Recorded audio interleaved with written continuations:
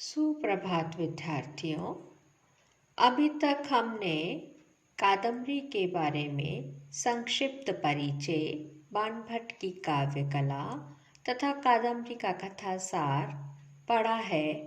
आप लोगों ने कादम्बरी की किताब ला ली होगी बाजार से। आज हम कादम्बरी के शुद्रक वर्णन पढ़ेंगे। सब अपनी अपनी पुस्तक खोल लीजिए और शुद्रक वर्णन निकालिए।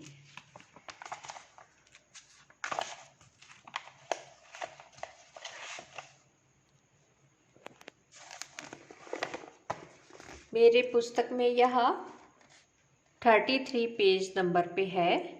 शुद्रक वर्णन देखिए।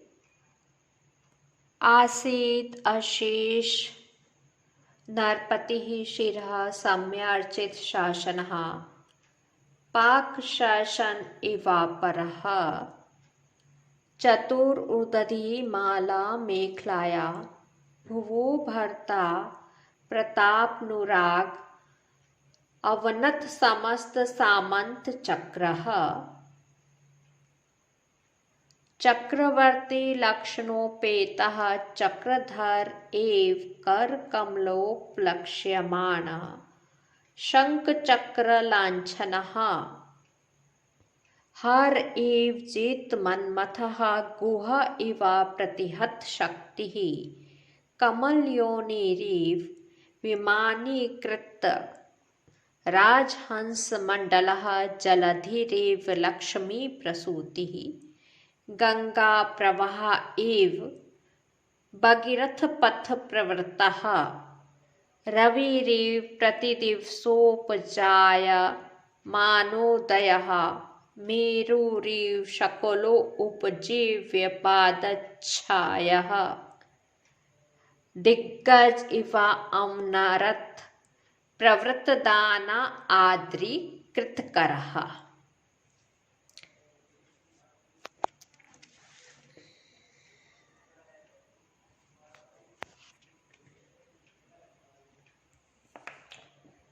सबसे पहले यहाँ पर क्रियापद रखा गया है शुद्रक वर्णन में।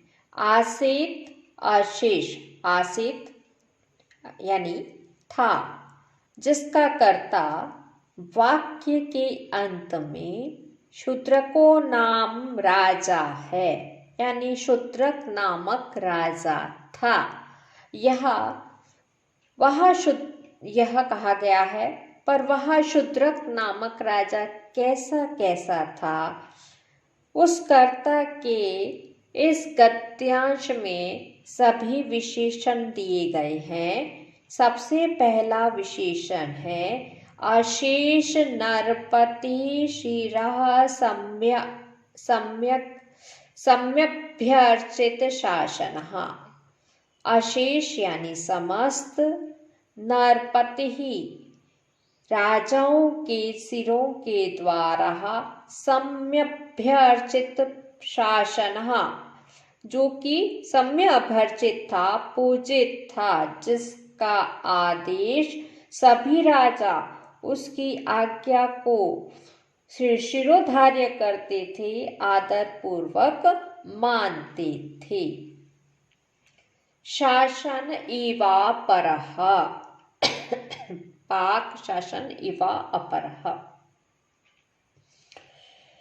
पाक शासन का अर्थ है इंद्र, यानी जिसका शासन किसके समान था? दूसरे। अपरः यानी दूसरे इंद्र के समान था। चतुर्उदधी माला मेखलाया भुवो भर्ता, भूमंडल के चारों ओर जो विद्यमान चतुर्उदधी चारों समुद्र की माला, मेखलाया पंक्ति रूपी मेखला यानी करधनी वाली, भुवो भरता जो पृथ्वी का भरता था, स्वामी था, जो अर्थात जो चारों ओर समुद्र की पंक्ति रूपी मेखला वाली पृथ्वी का स्वामी था।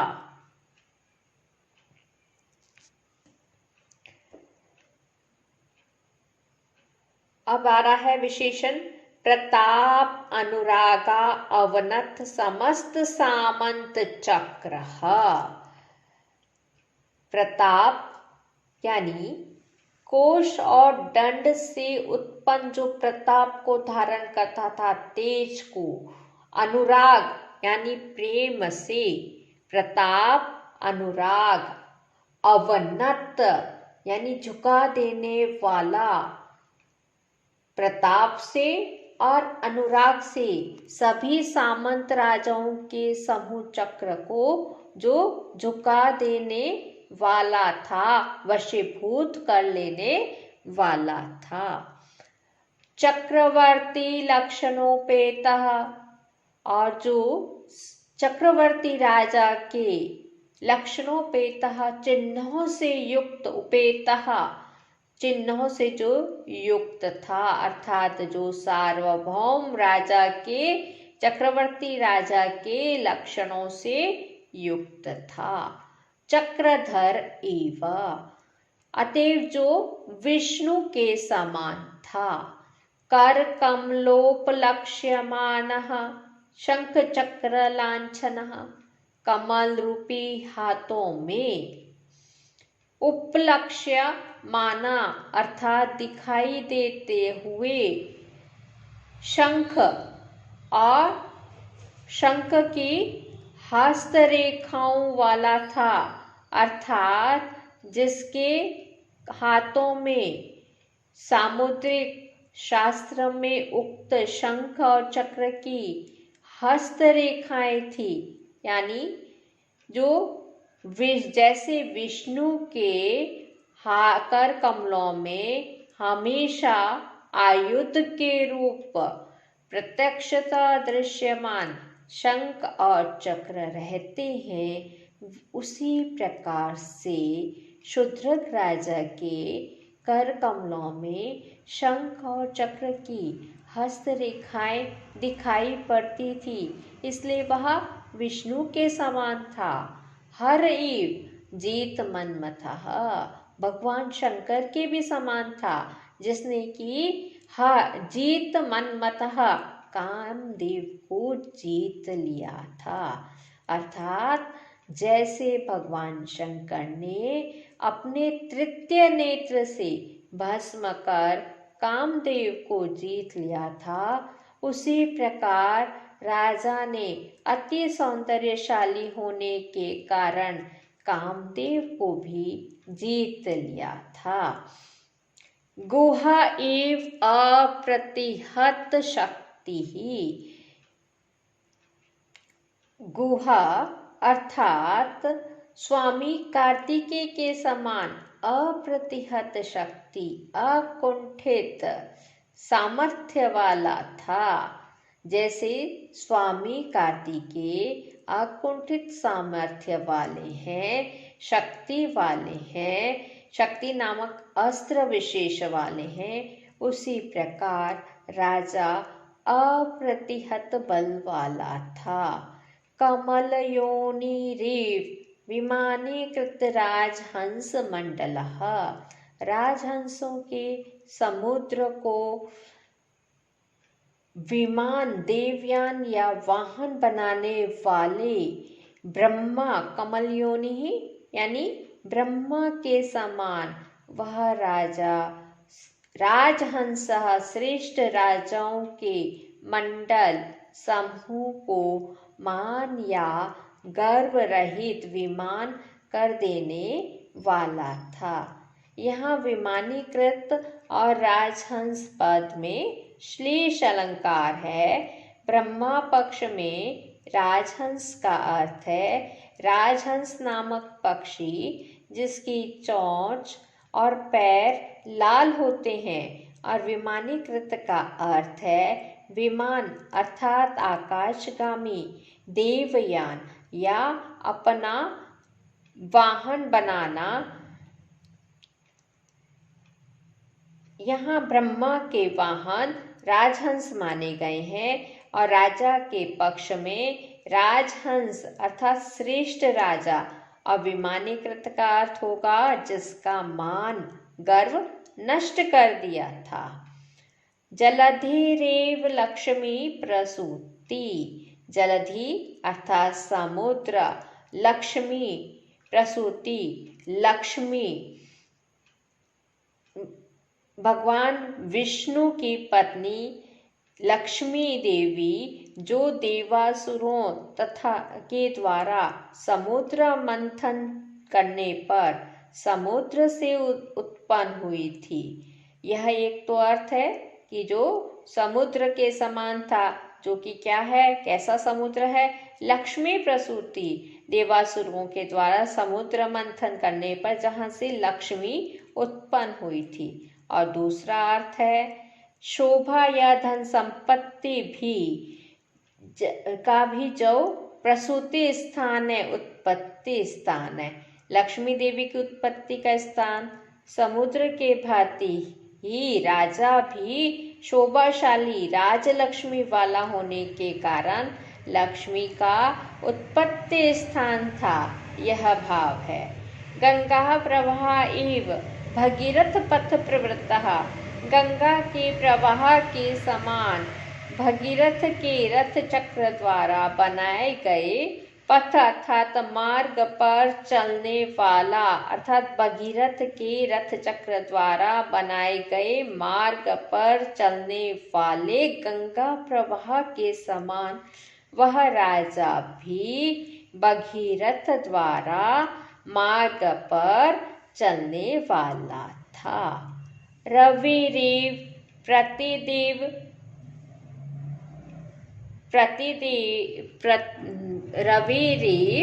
प्रतिदिवसोपजाय मानोदयः।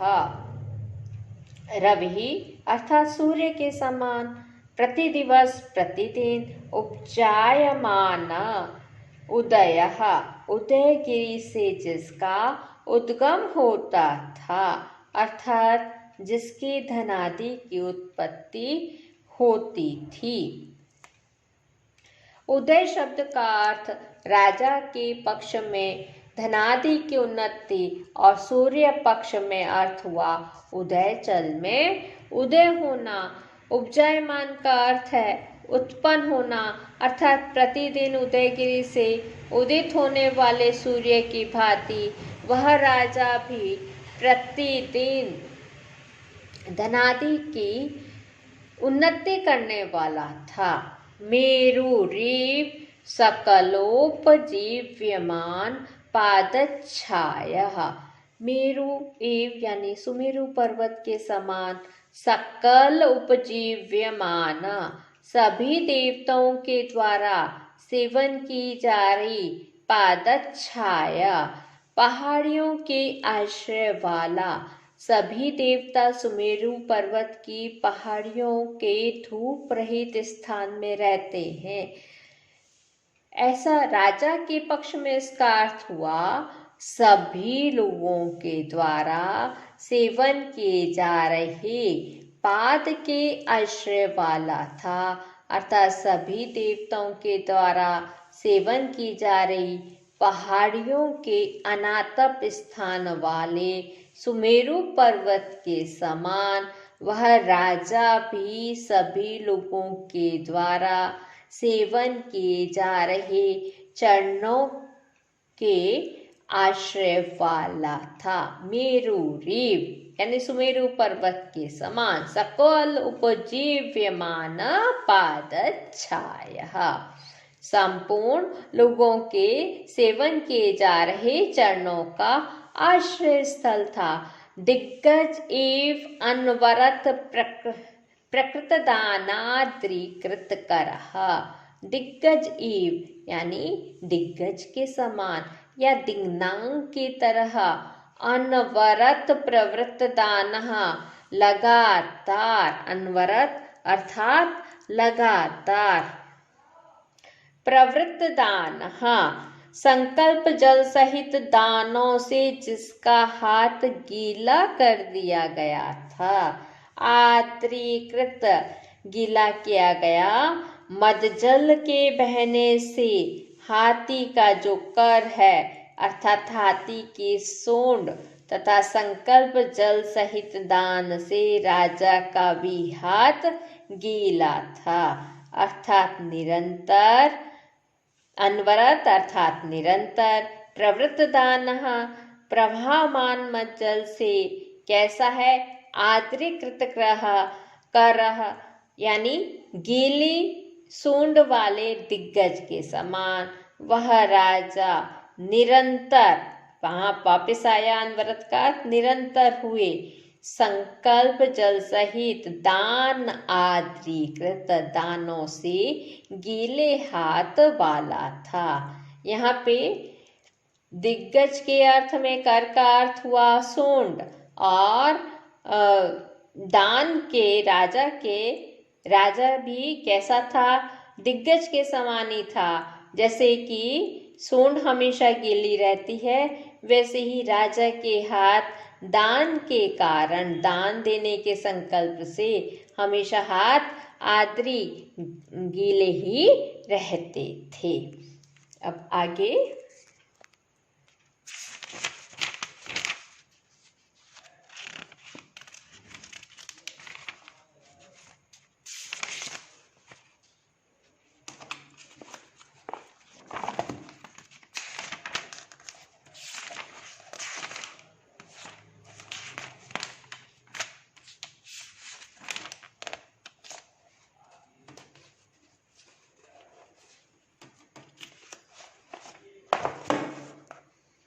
हाँ, कर्ता महाश्चर्यानाम, आहर्ता ऋतूनाम, आदर्श सर्व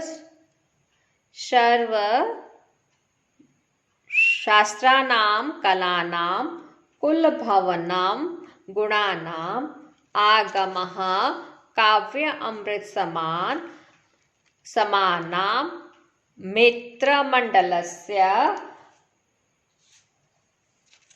मित्रमण्डलस्य उत्पातके तुरहित जनस्य प्रवर्तित्वा गोष्ठीबन्धानाम्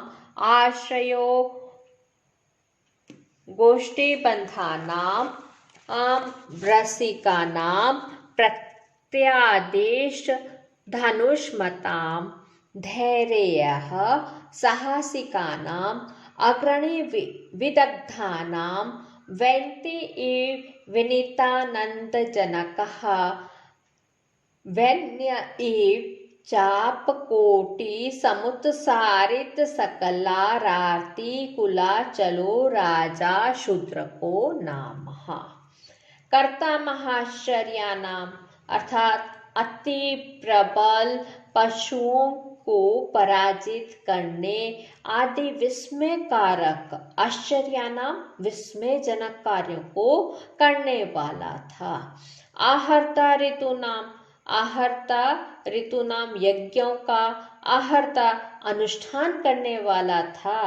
आदर्श सर्वशास्त्रानाम, वेदादि समस्त वाङ्मयों का जो आदर्श था, अर्थात दर्पण था। जैसे दर्पण में सभी पदार्थ दिखाई पड़ती हैं, उसी प्रकार सभी शास्त्रों की छाया को भी वह प्रतिभासित होती थी उसके अंदर। उत्पत्ति कलानाम, कलाओं 64 कलाओं के उत्पत्ति स्थान था। कुल भावनाम गुणानाम, दया दाक्षिण्य परोपकार आदि गुणों का आश्रय स्थान था। आगमः काव्य अमृत रसानाम, हृदय श्रव्यादि काव्यों के अमृत तुल्य श्रृंगार आदि रसों का जो उद्गम स्थान था। उदय शैलो मित्र मंडलस्य, वह अपने मित्र समूह का उत्पत्ति स्थान था। जैसे बिंब का उदय स्थान उद्याचल होता है, वैसे ही वह भी अपने मित्र समूहों का उन्नति स्थान था। यहाँ मित्र शब्द के 2 अर्थ हैं। पहला अर्थ है सखा और दूसरा अर्थ है सूर्य। और उदय पद के भी 2 अर्थ हैं। पहला अर्थ है उन्नति और दूसरा अर्थ है उद्भव, निकलना। उत्पात केतु अहित जनस्य, और उत्पात हेतु विनाश सूचक धूम केतु था किसका? अहित जनस्य, शत्रुजन का। वह राजा अपने शत्रुओं के लिए विनाशक धूम केतु था। जैसे धूम केतु के उदय होने पर विनाश की संभावना रहती है, उसी प्रकार वह राजा अपने शत्रुओं के लिए भी विनाशकारी था। प्रवर्तितः गोष्ठी बंधानाम, वह प्रवर्तक था, आयोजक था गोष्ठी बंधनानाम, साहित्यिक गोष्ठियों या सभा योजनाओं का, विविध साहित्यिक गोष्ठियों का वह राजा आयोजक था। आश्रयो रसिका नाम, और वह आश्रय स्थल भी था रसिक लोगों का, काव्य रस के जो मर्मज्ञ जनों का वह आश्रय स्थल था, सहारा था। प्रत्यादेशो धनुष्मताम, और प्रत्यादेश प्रत्याख्यान करने वाला था। धनुष्मताम, धनुर्धारियों में जो सर्वश्रेष्ठ हैं उनका वह प्रत्याख्यान करने वाला था। धौरेयः साहसिका नाम, धौरेयः का अर्थ है अग्रणी, प्रमुख। वह साहसिका नाम, साहसिक जनों के बीच प्रमुख था। अग्रणी विदग्धा नाम, सहृदय विद्वानों के बीच भी वह अग्रणी था। वैन्तेय एव विनीतानंदक जनः, यानी वह वैन्ते गरुड़ के समान, विनत विनम्र जनों के, आनंद जनक, आनंद का जनक था। यहाँ गरुड़ पक्ष में अर्थ हुआ विनीता नामक अपनी माता के हर्ष का जो जनक था, और अर्थात अपनी माता विनीता के लिए हर्ष का कारक गरुड़ के समान वह राजा विनता यानी विनम्र जनों के आनंद का जनक था। वैनय इव चाप कोटि समुत्सारित सकलाराति कुलाचलः, वैज्ञः वेन राजा, वैन्यः वेन राजा के पुत्र पृथु के समान, चाप कोटि धनुष के अग्रभाग से जिसमें कुल पर्वतों के समान सभी शत्रुओं का समुत्सारित विनाश कर दिया था। पृथु के पक्ष में पृथु ने अपने धनुष के अग्रभाग से सकल शत्रु रूपी कुल पर्वतों को विनष्ट कर दिया था। अर्थात अपने धनुष के अग्रभाग से सकल शत्रु रूपी महेंद्रादि कुल पर्वतों को उखाड़ कर पृथ्वी समतल कर देने वाले राजा पृथु के समान शूद्रक राजा भी अपने धनुष के अग्रभाग से कुल पर्वतों जैसे सभी शत्रुओं का विनाश करने वाला राजा शूद्रको नामः, ऐसा शूद्रक नामक राजा था।